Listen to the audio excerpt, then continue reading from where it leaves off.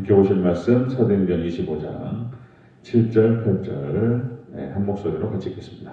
시작. 그가 나오매 예루살렘에서 내려온 유대인들이 둘러서서 여러 가지 중대한 사건으로 고발하되 능히 증거를 대지 못한지라. 바울이 변명하여 이르되 유대인의 율법이나 성전이나 가이사에게나 내가 도무지 죄를 범하지 아니하였노라 하니. 아멘. 네, 감사합니다. 오직 예수님. 네, 예수님의 은혜 평강이 넘치시기를 축원합니다. 아멘. 아멘. 네, 오늘 함께 읽으신 사도행전 25장 7절과 8절 오늘 본문을 토대로 바울 재판 심리 때 있었던 일 이런 제목으로 말씀 받겠습니다. 바울 재판 심리 때 있었던 일. 베스도 새롭게 유대 지역에 부임한 그 로마의 총독 베스도가 가이사랴에서 행한 일을 우리가 어저께 살펴봤습니다. 공정한 절차를 거쳐서 재판을 받게 했다 그랬죠. 공정한 절차에 따라서 재판을 받게 하고, 그리고 고소자들에게 증거를 요구했습니다. 이 바울이라고 하는 사람이 죽을 죄를 지었다면 그 증거를 대라. 증거를 가지고 이 사람을 참수하고 고발하라. 이렇게 얘기했던 거죠. 자, 오늘 본문은 실제적으로 바울이 재판 자리에서 이루어진 일이 오늘 본문에 나타나는 것을 볼 수 있습니다. 바울은 전적인 무죄였습니다. 무죄. 유대인들이 증거를 대지 못했습니다. 자, 본문의 내용은 과거 유대인들이 예수님을 정죄하면서 몰아갔을 때, 거짓으로 몰아갔을 때 그런 장면을 연상시키는 것을 볼 수 있습니다. 아주 동일하게 예수님께서 그렇게 죄가 없이 유대인들과 유대 지도자들에 의해서 거짓으로 몰려서 십자가에 못 박혀 죽으셨다. 그 사건을 연상케 하는 것을 볼 수 있습니다. 자세히 한번 내용들을 살펴보도록 하겠습니다. 바울 재판 심리 때 있었던 일, 첫 번째로 유대인들이 고발을 하나 증거를 대지 못했다 이렇게 나오죠. 7절을 같이 읽겠습니다. 7절 시작. 그가 나오매 예루살렘에서 내려온 유대인들이 둘러서서 여러 가지 중대한 사건으로 고발하되 능히 증거를 대지 못한지라. 아멘. 유대인들이 고발을 하는데 죽일 죄는 죽일 놈이다. 이런 얘기잖아요. 그런데 베스도가 자 그렇다면 그 증거를 대라. 고발할 증거를 대라. 그랬더니 못 돼요. 아무것도 나온 게 없었습니다. 그러니까 이것은 무엇을 의미하냐면 악인들이 거짓으로 주의 종을 죽이려고 했던 것이 드러나는 거예요. 거짓된 것으로 비방했던 것이 밝혀졌다는 것입니다. 자, 여기서 능히 증거를 대지 못한지라 라고 했을 때 이 부정어가 절대 부정어입니다. 절대 부정. 그래서 이제 헬라 원어에서 절대 부정을 얘기할 때는 우라는 표현이 들어가요. 그래서 이제 영어식으로는 이것이 never가 됩니다. never가 들어가면은 결코, 절대라는 표현이 들어가요. 절대 아니다. 결코 아니다는 뜻이에요. 이게 절대로, 결코 어떠한 증거도 되지 못했고 바울의 죄를 드러내지 못했다라고 하는 것입니다. 예수님 당시에도 마찬가지였습니다. 예수님을 죽일 수 있는 그런 이유라든지 증거가 없었다는 것입니다. 자, 마태복음 26장 59절 60절에 이렇게 기록되죠. 대제사장들과 온 공회가 예수를 죽이려고 그를 칠 거짓 증거를 찾으매 거짓 증인이 많이 왔으나 얻지 못하다니. 예수님을 칠 거짓 증거를 찾았어요. 그리고 그 증인들까지 찾았어요. 그런데 없어요. 예수님이 죽을 죄를 십자가에 못 박혀 죽일 그런 증거가 없었단 말이에요. 아무것도. 자, 사도 바울도 똑같은 그런 일이 벌어졌습니다. 그냥 유대 지도자들이 그런 거예요. 우리가 너무나 잘 알듯이 그냥 자신들의 입지가 좁아지고 예수라는 선지자가 나왔는데 무엇이 병든 자 고쳐졌다고 그러고 이러니까 뭔 얘기를 하는데 아주 얘기를 잘한단 말이죠. 그러니까 이제 보통 일반적으로 바리새인과 서기관들 유대 지도자들이 하는 것과 차원이 다르단 말이에요. 많은 사람들이 예수라는 사람들이 몰려간단 말이죠.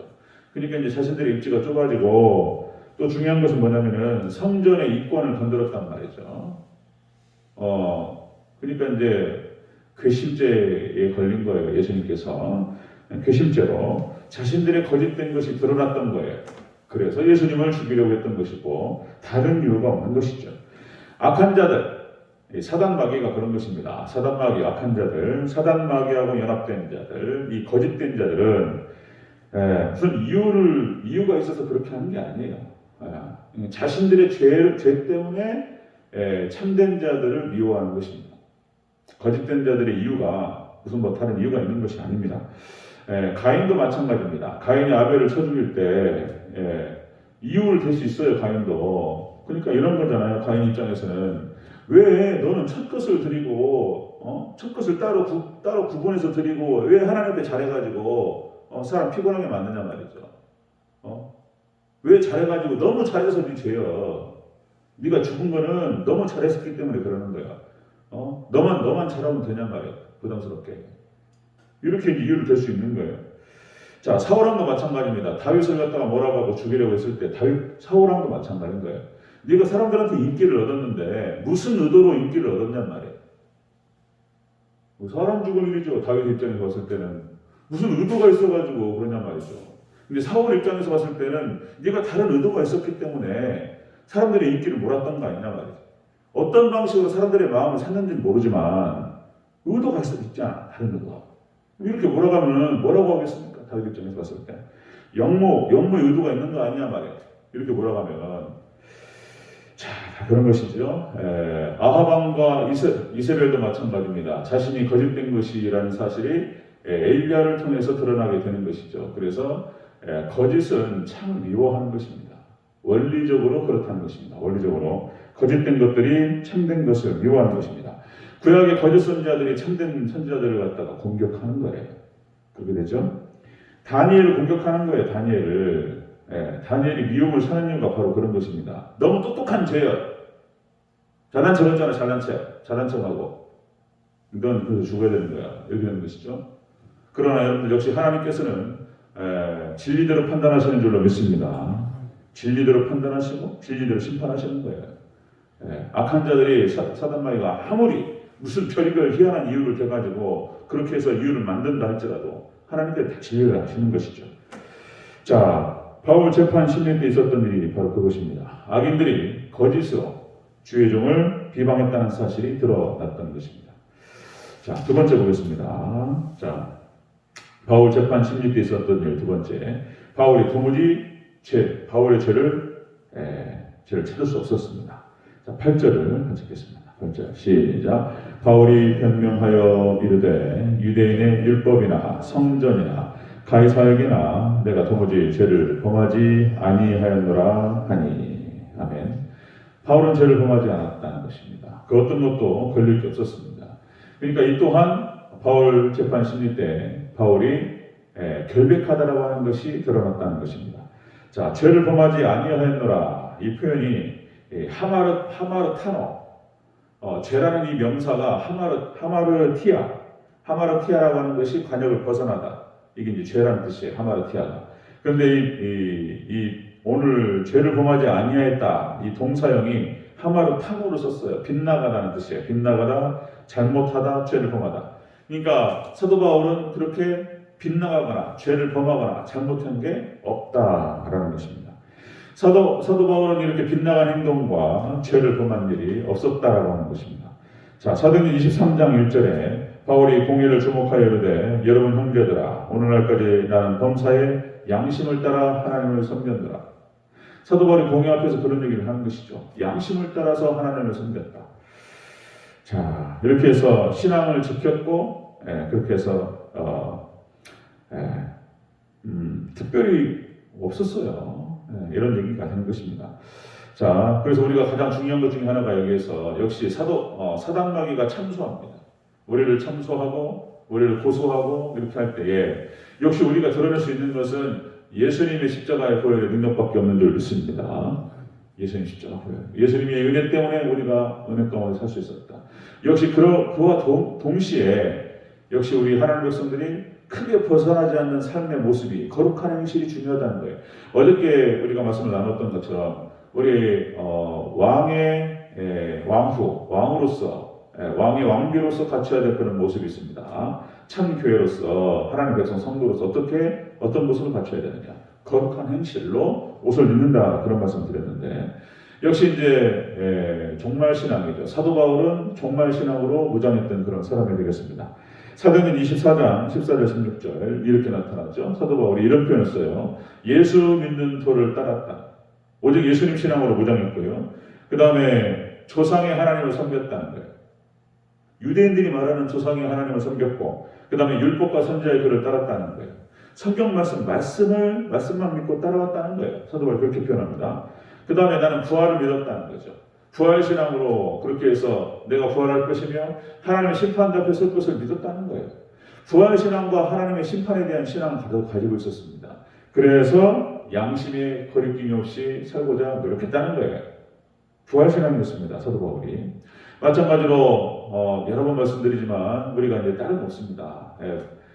종말 신앙인 거예요. 종말 신앙. 에녹과 노아가 당대 의인이었고 다니엘도 종말 신앙이었고 욥도 종말 신앙입니다. 욥이 당대의 의인으로서 자신의 삶을 잘 구비할 수 있었던 것이 욥기 19장 25절 26절에서 이 표현이 나와요. 욥기 19장 찾으면 너무 좋겠지만 욥기 19장 이런 표현이 나와요. 내가 알기에는 나의 대속자가 살아계시니 나의 대속자라는 표현이 나와요. 욥기에 나의 대속자라는 표현이 나와요. 예수님 표현이 나와요. 예수님 표현이. 나의 대속자가 살아계시니 마침내 그가 땅 위에 서실 것이라. 내 가족이 벗김을 당한 뒤에도 내가 육체 밖에서 하나님을 버리라. 내가 육체 밖에서 하나님을 버리라. 내 가족이 벗겨진다 했죠.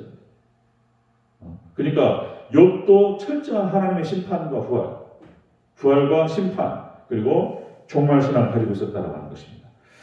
자, 여러분들 이 마지막 때 여러분들 십자가를 지고 그리고 다시 우리가 부활한다. 그리고 하나님 심판대 앞에 설 것이다. 여러분들 십자가 부활 신앙과 종말 신앙으로 승리하시기를 주 여러분으로 축원합니다. 성경이 계속 그걸 얘기하고 있어요.